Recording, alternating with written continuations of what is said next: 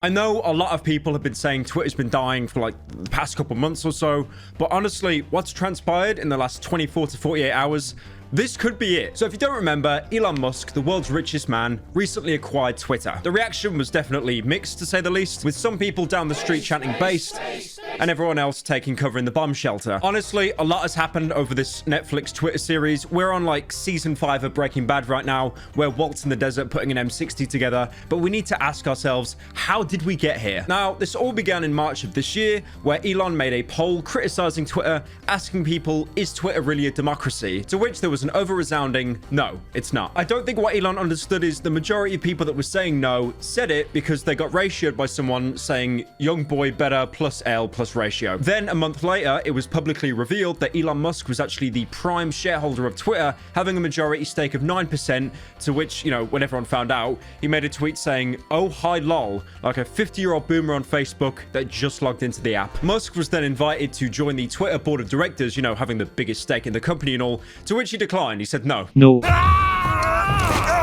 But instead, he wanted to pay $43 billion to acquire the company himself and take it private. Elon wanted to buy Twitter. Twitter said, okay, sure. And just before they're about to shake their greasy, sweaty hands together, Elon pulled out because he found out that about 5% of all the accounts on Twitter are just spam. They're not real people. I'm assuming these spam accounts are the same people that when they find a viral tweet will reply to it trying to sell you some kind of lava lamp, and the import charge will be about $500 because it's a drop shipping scam. Now, Musk was apprehensive because the amount of spam accounts, but Twitter really didn't want to share their personal data with Elon. Probably because instead of 5% spam accounts, it was 5 with a 0 on the end. So Elon did a Darth Vader and altered the deal by cancelling it completely, and then Twitter in return tried to sue him for backing out of the deal, to which Elon did another tweet with just this snide boomer energy. But eventually he did cave in, and he wanted to buy Twitter for the original $44 billion asking price, in return that they dropped the lawsuit. He then made this weird tweet saying like him buying Twitter, he's only doing it because it's an accelerant to this app he's got called X, which is apparently going to combine every single social media under one roof. You can tell from that tweet alone, Elon was up at 4 in the morning. He watched one episode of Black Mirror and then he went, this is literally me. Then last month when Elon took precedent in the office, he basically said to everyone, yeah, I'm going to have to lay off about 75% of you. Now this sucks. It's terrible. But to be fair, before Elon's takeover, Twitter kind of sucked anyway. So even with the skeleton crew, I can't really see how Twitter could become much worse. We're already at rock bottom here. He then posted this LMFAO random XD I'm a fire in my laser tweet where he walked into the Twitter offices with a sink saying let that sink in, which isn't even his bit, by the way, because Walter White did that years before. Now, as soon as Elon got into the offices, he was Thanos snapping absolutely everyone. He fired Agrawal, the Twitter CEO, Ned Segal, the CFO, and Vijay Gadde, who was the head of trust legal policy on Twitter. By the way, it might suck that these people are like, you know, top of their field and they've been fired.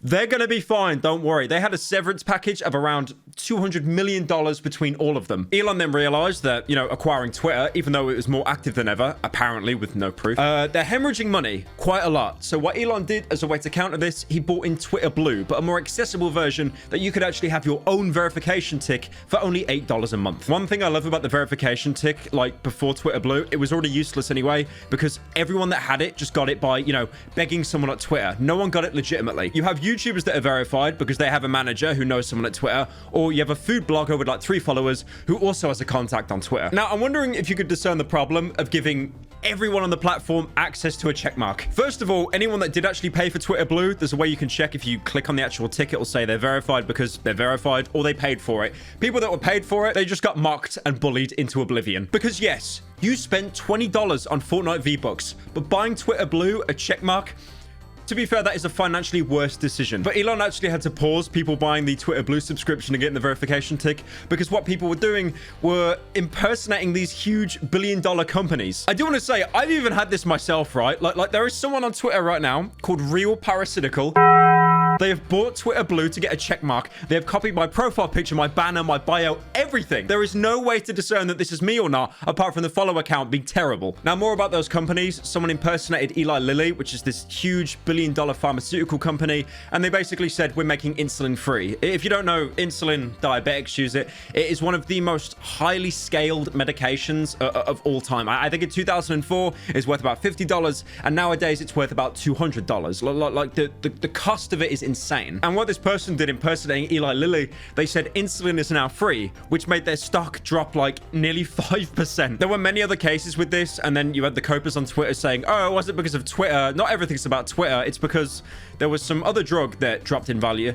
Who cares? I'm going to say it's Twitter, okay? You say whatever you want. I'm always going to blame the funny Blue Bird app for everything. Now, Elon said that even with Twitter Blue, they were still hemorrhaging about $4 million a day. So remember when I mentioned those jobs being cut? Correction. It's now 80% of Twitter's workforce that have had to be booted out. I've seen some of these tweets as well. Some of these people have been working at the company for 12 years. Imagine working there that long just to get booted to lobby without any kind of like double XP. And Elon has also sent out an email saying that, you know, with Twitter, even though they're, you know, that they've cut off all this workforce, bankruptcy is still possible. The guy's hemorrhaging money by buying this company. To make things worse, like 5 of the employees left. They basically made a pillow fort in the offices and had a private group chat where they talk shit about Elon. Someone snitched to Elon or Elon found out, and they've all been fired as well. I like to imagine in my head that like they used Twitter DMs to talk shit about Elon, even though Elon probably has access to, you know, everyone's DMs. They didn't even keep it on like Telegram or Discord or something. So at the minute now, Twitter Blue is being pushed back until the 29th of November, where he's saying that impersonation will be impossible. Sure, buddy.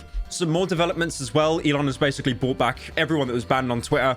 Donald Trump's came back. His account's back, even though he says he'll never tweet on it because he has Truth Social. I'm very sure like 3 people actually use Truth Social. Kanye West came back as well. One of his returning tweets was him saying shalom.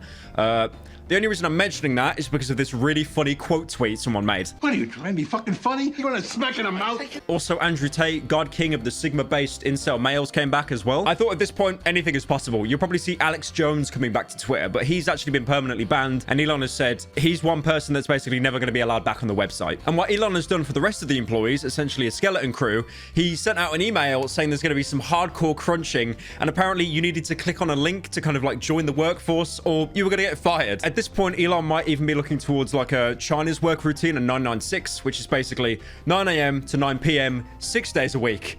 So those employees, man, like if they are staying, they purposely pick veteran difficulty. Like I pray for them. People being in the office and being hardcore, and a small number of people can get a tremendous amount done in that situation. Basically, if you can show up at an office and you do not show up at the office, resignation accepted.